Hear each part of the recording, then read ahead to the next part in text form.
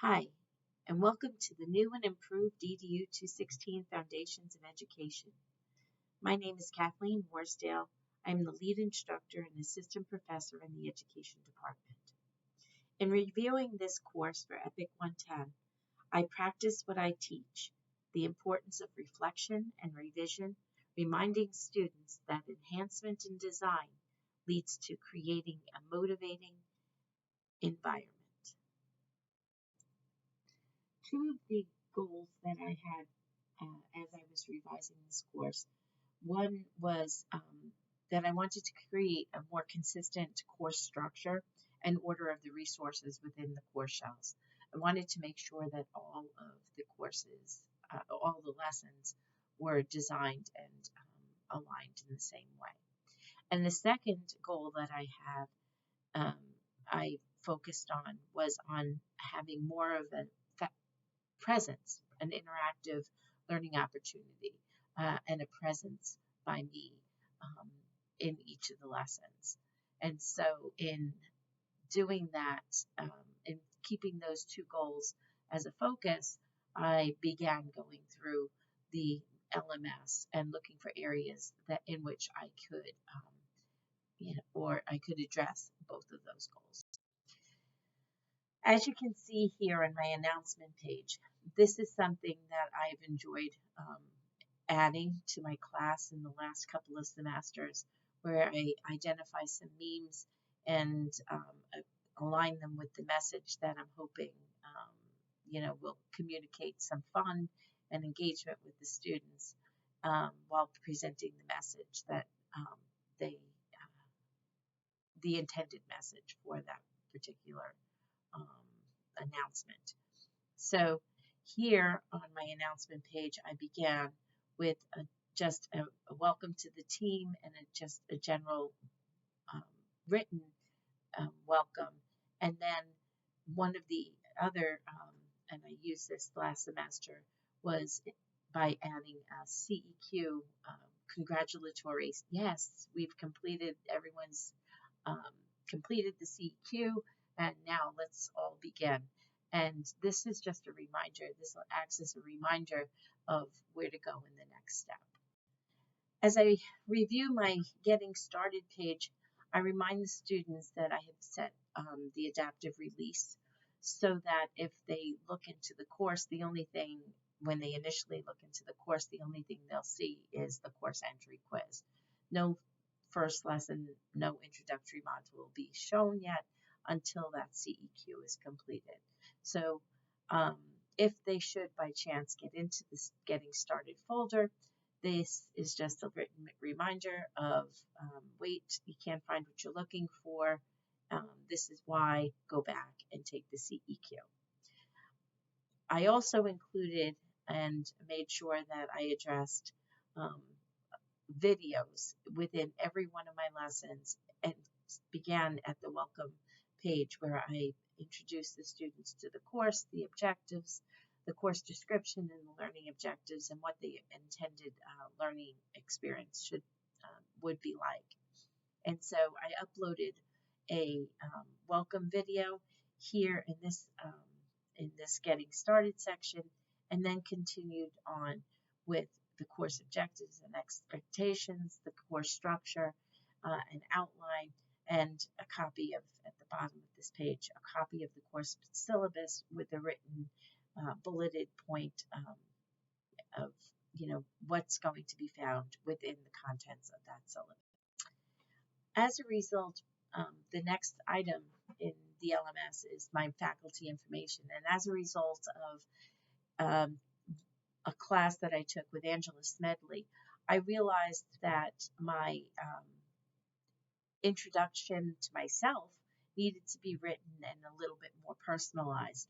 And so after taking that course, I went back in here and I, redid my photograph and included, the new image. And I just wrote a little bit of, you can easily schedule a coffee hour. I set up a bookings link inside of my lead instructor contact because I did let the students know that the best means of contacting me is via email, and so that they can, or meeting me on Teams, and that they can set up an actual appointment using the bookings link. So I set that up in here. That was something new for me. And then I just gave them a little overview about my education, my, you know, what I studied, how I made my way onto my master's degree. I moved from, one place to another, and that I've been, in the profession for a very long time. That not only am I an instructor here at Wake Tech, but I had experience in the field.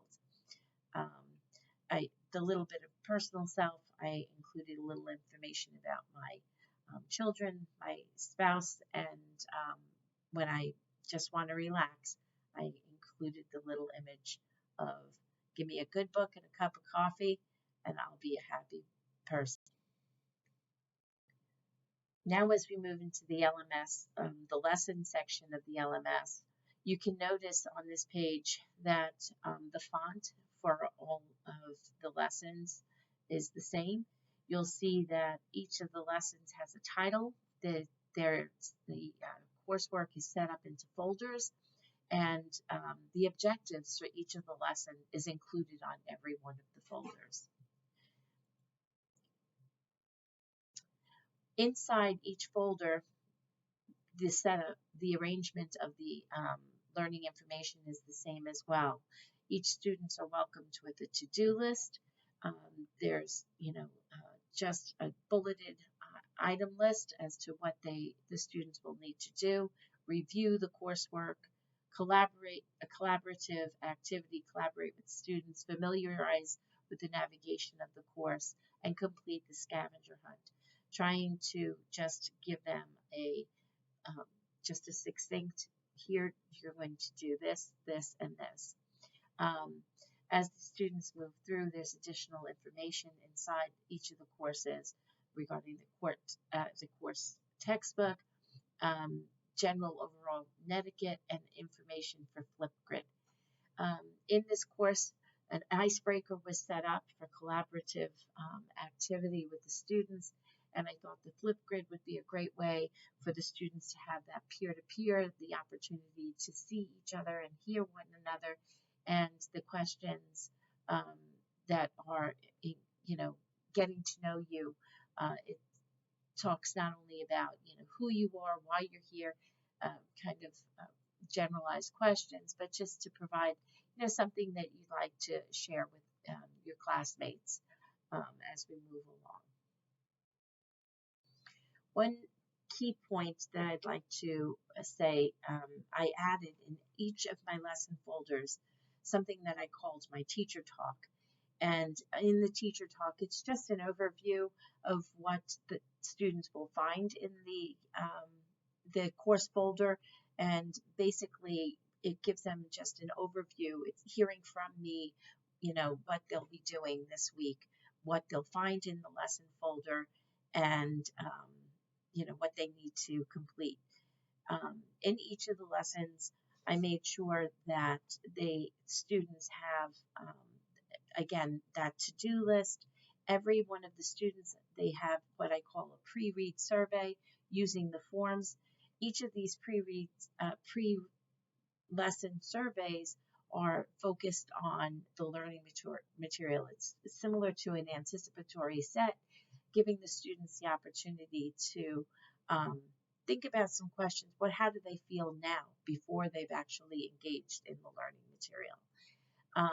And each of the questions that are written align with each of the learning objectives for each of the chapters and the topics that are being focused on. In line also with the consistency of the course structure, one of the other areas that I really tried to focus on was in making sure that the documents that I uploaded, that the images that I uploaded, that accessibility, that I was coming up green. And so I really focused on making sure that these documents would be accessible to any of the students and they met the accessibility standards. I did try a couple of, in a couple of the lessons, I had taken the H5P training, and I have been working on using some of the tools that are inside of the H5P app, and making sure that for every H5P, or that there is a plain text URL included alongside, and that there's open in new window becomes evident. In each lesson, my thought was that I would go and create more interactive lessons. However, being that I had done so much with PowerPoint lessons and presenting the course material in PowerPoint, I used the H5P here in this lesson, but continued in future lessons and other lessons I just continued through with merging learning materials into PowerPoints. With my collaborative activities, I've used the collaboration or the discussion boards, but I've made a point of changing those activities even within the collaborations. I use I use cartoons to represent the prompts. I have also included inside those collaborations several other learning opportunities for the students to do the Flipgrid, and I believe that that's a resource that the students have enjoyed using in the past. As I move forward, I do want to say that some of the additions, and I realize I did a lot more than I realized, I have included that, like I said earlier, the consistent fonts, accessibility to course materials. I added the plain text. I did include interactive learning opportunities with a little bit more faculty engagement by adding that link. Inside my collaboration, I also have just a general Q&A and just a place where students can use it as a repository if they have additional resources they'd like to share with one another or have questions, which I think will be a pretty helpful resource for the students in these EDU courses as they have questions, whether it's about their praxis exams, links, or study materials. We can share together in that one location. With regard to the new instructor presence, I have definitely made sure that I included the videos, the VidGrids of, I call them teacher talks in each of the lessons, and the learning material, as I've gone through in looking at the assessments, I've made sure that the assessments there is alignment and that there's meaningful assessment, there's purpose and meaning to each of the assessments that are used within the course. One thing moving forward after I've completed this is to go back in and fine-tune some of the rubrics that I have to meet the assignments, the assignment objectives that I have created as a result of these revisions. I thank you for this opportunity, and I will say that one of the things that I want to say is third time's the charm. I have attempted this in the past, and life gets in the way, and this time around I wanted to see it through. Very satisfied. I believe that the course I will continue because, as I said, here, enhancement and design, reflection and revision, these are things that I teach, and I believe that with every course, as I end each course, I take what students share with me and make changes and enhance the learning opportunity for them. I thank you. I hope this video meets the requirements for the completion of this learning opportunity for me. Have a great evening.